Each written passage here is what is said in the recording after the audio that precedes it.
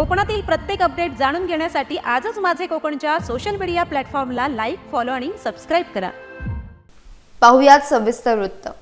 महाराष्ट्रातील नव्या सरकारमधील जिल्ह्यांच्या पालकमंत्र्यांची यादी अखेर जाहीर करण्यात आली आहे. यात प्रामुख्याने मुख्यमंत्री देवेंद्र फडणवीस यांनी गडचिरोली जबाबदारी स्वतःकडे ठेवली आहे. उपमुख्यमंत्री अजित पवार यांच्याकडे पुण्यासह सध्या चर्चेत असलेल्या बीडच्या पालकमंत्री पदाची जबाबदारी देण्यात आली आहे. तर एकनाथ शिंदे यांच्याकडे मुंबई शहरासह ठाण्याच्या पालकमंत्री पदाची जबाबदारी देण्यात आली आहे.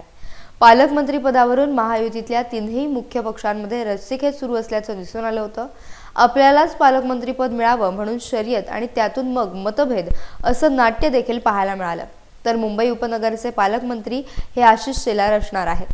पालघरचे पालकमंत्रीपद गणेश नाईक यांच्याकडे देण्यात आलं असून रायगडच्या पालकमंत्री पदावर मंत्री अदिती तटकरे यांची वर्णी लागली आहे. तर मंत्री उदय सामंत हे रत्नागिरी जिल्ह्याचे पालकमंत्री असणार आहेत आणि नितेश राणेंकडे सिंधुदुर्ग जिल्ह्याच्या पालकमंत्री पदाची जबाबदारी देण्यात आली आहे.